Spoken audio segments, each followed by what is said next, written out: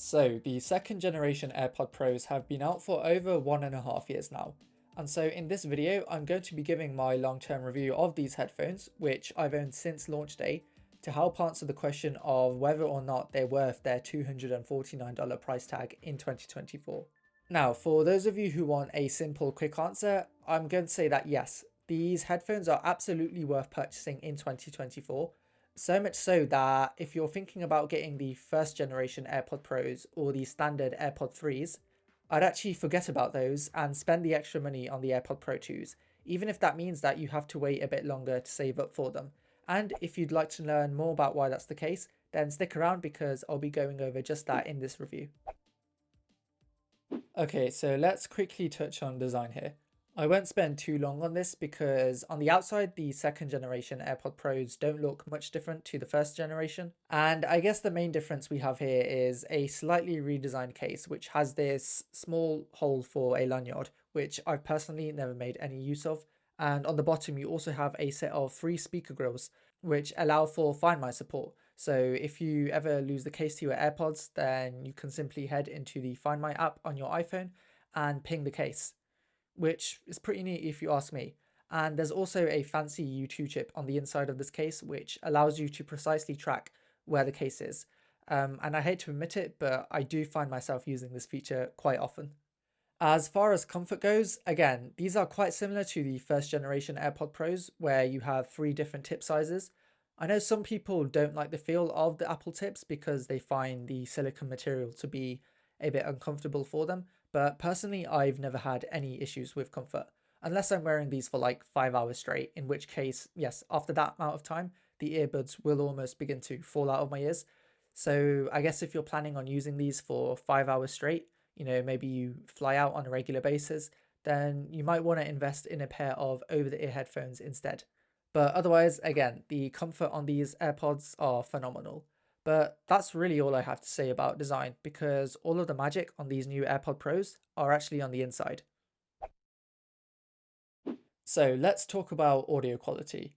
And yeah, these sound good. In fact, they sound really good. And honestly, there are a lot of times where I am just shocked that they sound as good as they do because you wouldn't expect small earbuds like this to perform so well. The best way I can describe it is that the bass is just very punchy. They sound good in the mids and the highs, and I feel like I can almost hear instruments that I couldn't hear with my previous AirPod Pros. Now, when I reviewed the Sony WH-1000 XM5s in my last video, I mentioned that a lot of the times your perceptions of sound quality are going to be massively skewed by the type of music that you listen to. And for context, I tend to listen to a lot of bass heavy music. So think artists like Drake, J. Cole, Kanye West, Kendrick Lamar. And yeah, I have never once wished for better audio quality with these earbuds. They're not as immersive as something like the Sony over-the-ear headphones, just due to the physics of how in-your-ear and over-the-ear headphones work.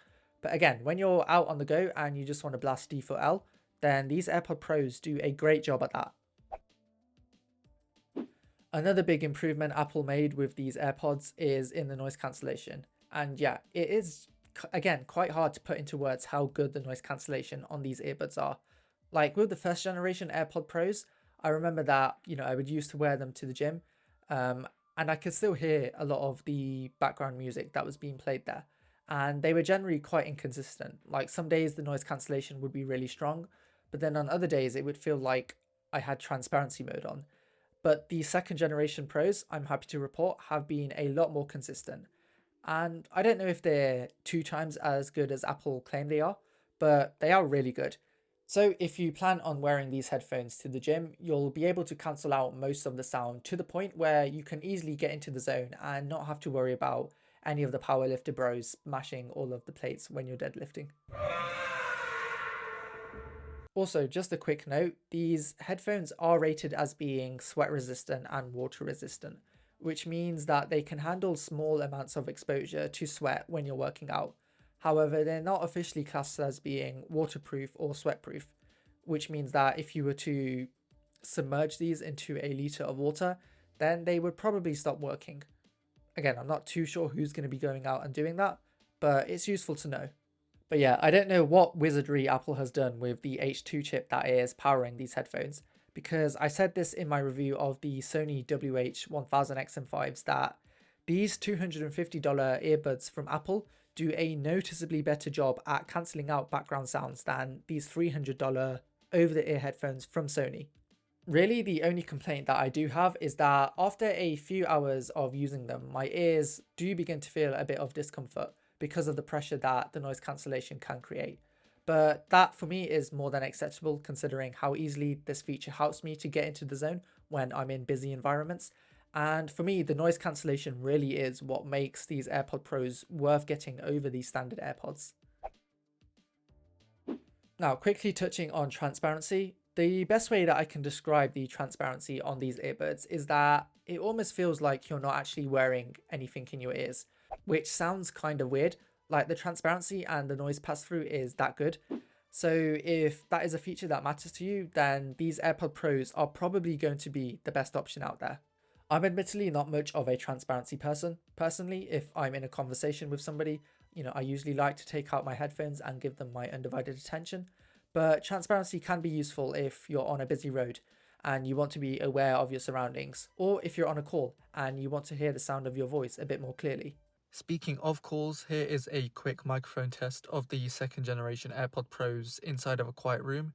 And this is a test of the microphone on the second generation AirPod Pros on a busy road with the wind blowing in the background. I think they both sound great, but I'll let you be the judge of that. Okay, so let's talk about some of the software features that these AirPods have, which is becoming an increasingly important differentiator between wireless headphones nowadays. So, what the AirPods are usually known for is their seamless integration with the rest of the Apple ecosystem.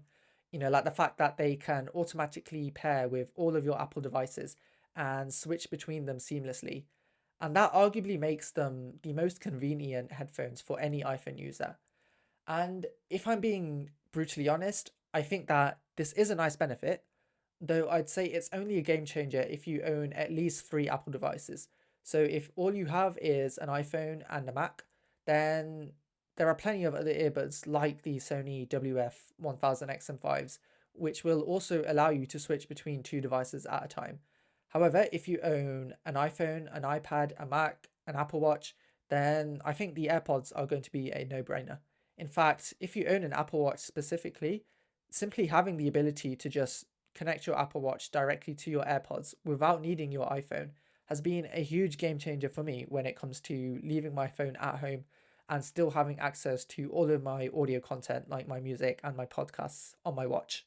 And quickly, we also have these adaptive transparency and adaptive noise cancellation modes as well. So essentially, adaptive transparency works whenever you're in transparency mode, where it effectively detects any unusually loud sounds that could be dangerous, like an explosion or a siren, and it automatically adjusts the sound profile of those sounds downwards in order to protect your hearing.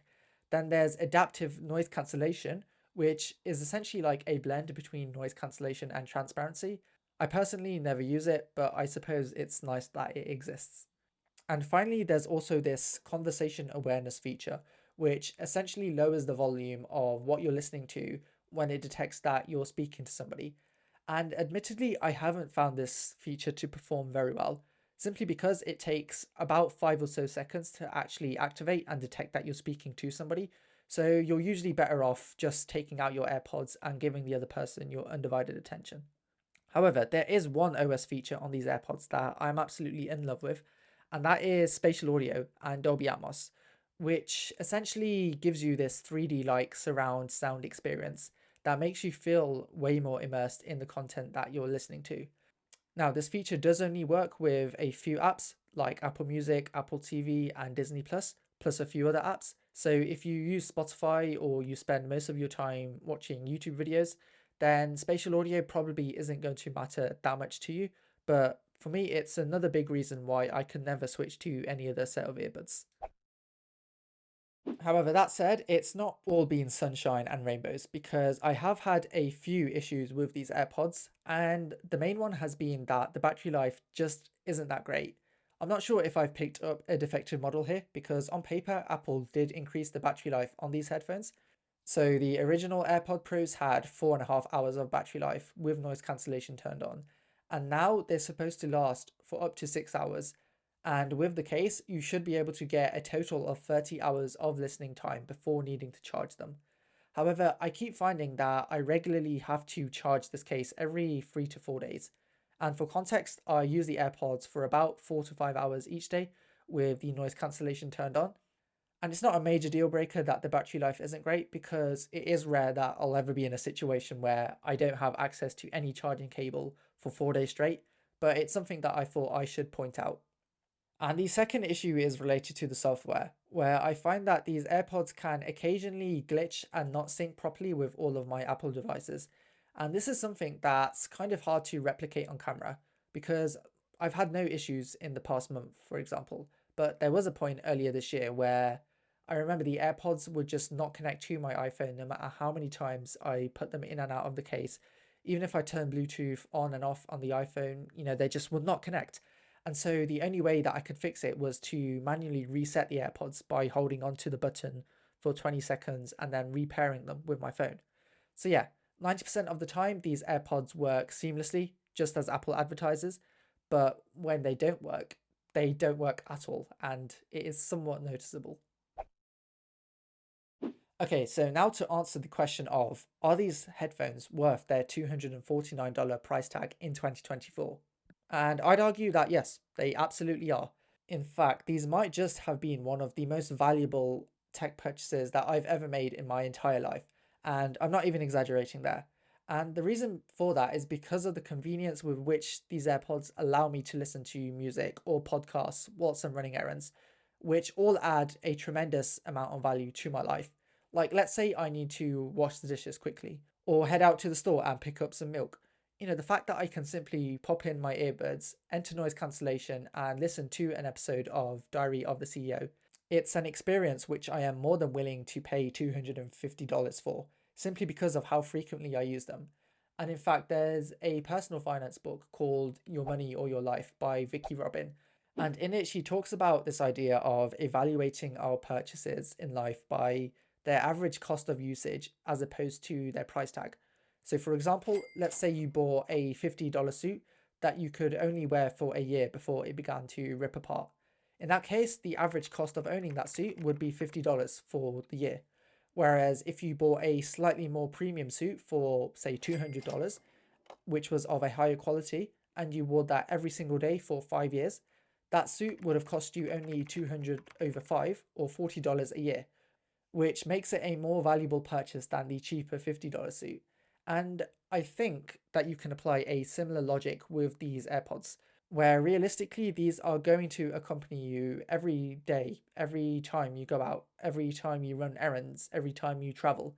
And they usually last for about 3 to 4 years before the battery begins to degrade.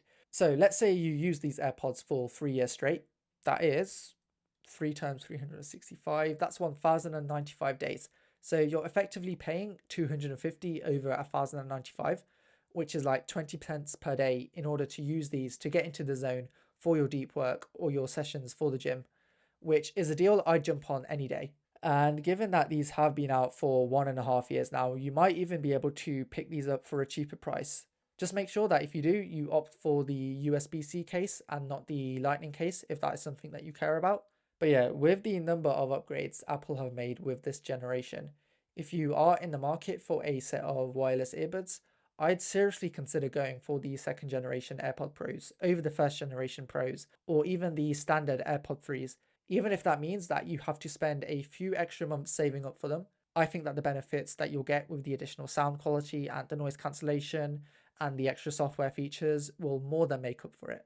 And for those of you wondering, the AirPod Pros are believed to follow a 3 year upgrade cycle, which means realistically we probably won't see the next model until about the end of 2025 at the earliest. So if you're purchasing these in 2024, you can be assured that you're going to get plenty of lifespan out of these.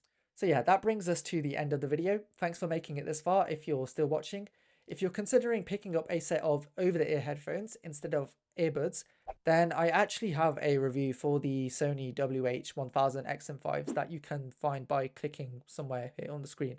As always, if you found this video helpful, consider leaving a like to support the channel, and I'll see you guys in the next one. Peace.